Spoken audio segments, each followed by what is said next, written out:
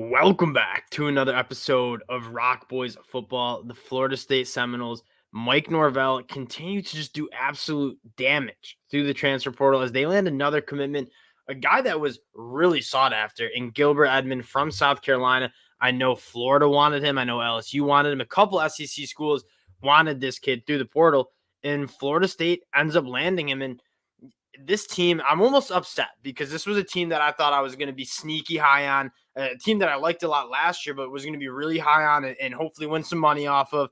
Now everyone knows Florida State is going to be a top 10 team. This team is loaded on both sides of the ball. Before we get into Gilbert Edmond, kind of where he fits in, just want to say thank you guys for the support. Again, I love making these videos. I love talking ball with you guys in the comment section, and the support you guys show truly does mean a lot. So if you do enjoy the content, consider subscribing to the channel. Let us know in the comment section. I love hearing from the Seminole fans as well. We appreciate it. Let's get into Gilbert Edmond. The first thing when you watch him again at South Carolina is the length. 6'5", 250 pounds, 9 tackles for a loss, 2 sacks. Didn't get like that much burn, but when he was on the field, he was dominant. And there's a reason why all these SEC schools wanted him, because they played against him and they saw how good this kid was. And Florida State ends up winning the commitment. And you look at this defensive line position and group at Florida State, and it's an embarrassment of riches. And it's something we talk about a lot. It's one thing to have a really good first deep team on the defensive line, and it's another thing to go 8, 10, 12 guys deep of guys who are just really good football players. And last night, Georgia against TCU, you saw the benefit of having guys you can just roll in fresh on that defensive line.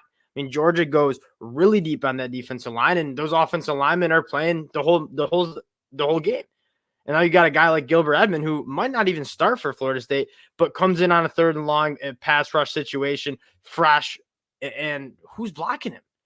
Now, the defensive line, we talked about the Jared Verse coming back is freaky. It almost didn't make sense. We do a lot of NFL draft stuff here and had him as a top 10 prospect. Thought he was an absolute stud. He comes back for another year. Derek McClendon's a guy that not many people are talking about. Darrell Jackson coming over from Miami. Now you have Gilbert Edmond. And there's probably some more guys that I can shout out. And even the interior.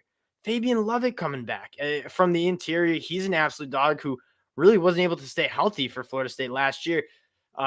Embarrassment of riches. And Braden Fisk coming over from Western Michigan.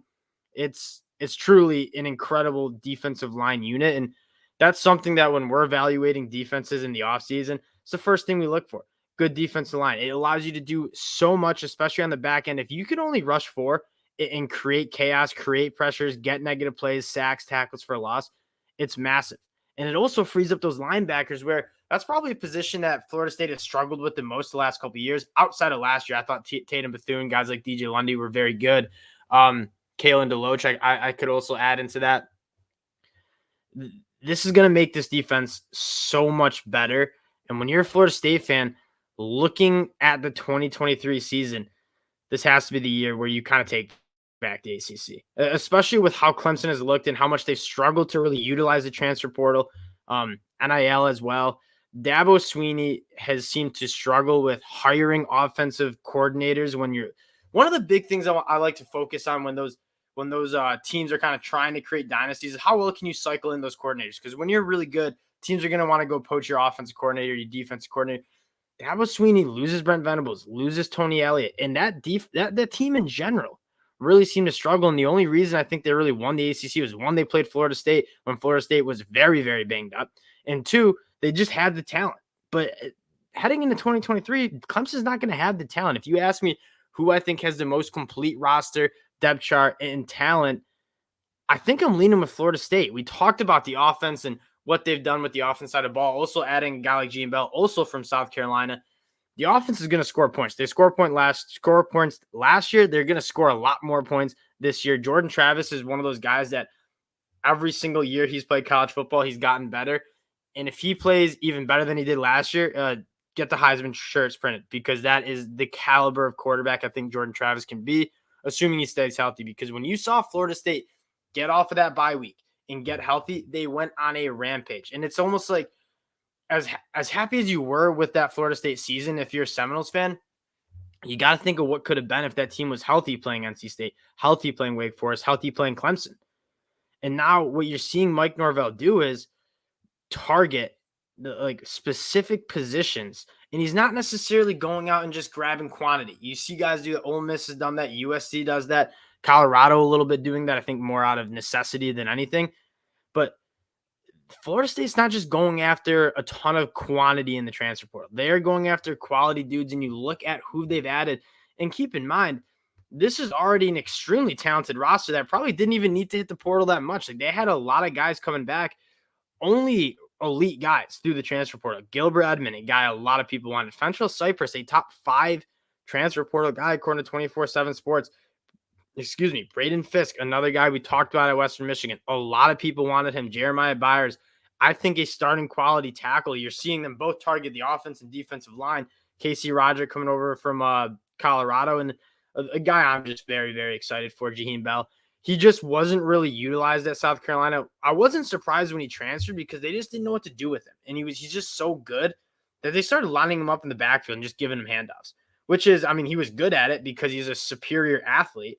That being said, not really using his talent in the most efficient way. If Florida State can figure out a way to get a guy like Jaheim Bell in space and using that athleticism, that playmaking ability, back like what South Carolina was doing in the 2021 season, Jaheim Bell is going to be an all ACC kind of dude. I think he's that good. The Florida State team, I don't know if it's a national championship contender, though I think that they are personally. I think they're probably a top 8 team heading into 2023 with a really high ceiling. But when you look at the ACC and those odds come out to who's going to win the ACC next year, I think we're going to see for the first time in a very long time, Clemson not being at the top of the list in terms of favorites. I think Florida State is the better team. I think arguably the better coach team with Mike Norvell really seeming to turn around this program. And they got so much talent and experience coming back on both sides of the ball. I look at this depth chart. I absolutely love it. And I'm very excited to see what Mike Norvell can do. And after a rocky start at Florida State, these players want to play for him. Like a couple of years ago, he's not convincing a guy who's going to go top 10 in the NFL draft to come back. Jordan Travis probably would have been a day 3 pick. Fabian Lovett, I would say he'd be a day 2 pick. And he's getting these guys to come back because why do you think they're coming back? Because they want to play for a national championship, for an ACC championship. And I think that is exactly what Florida State is going to do. And again, they've hit in the portals on these edge rushers. You look at last year with Jared Verse, the year before Jermaine Johnson. They are building a very special team for 2023. I cannot wait to see what this team looks like. And again, we'll talk a lot more about them in spring, in the summer. I cannot wait to see what they turn out to be in the fall of next year. Again, appreciate you guys checking us out. If you do enjoy the content, consider subscribing to the channel. We'll talk to y'all later. Peace.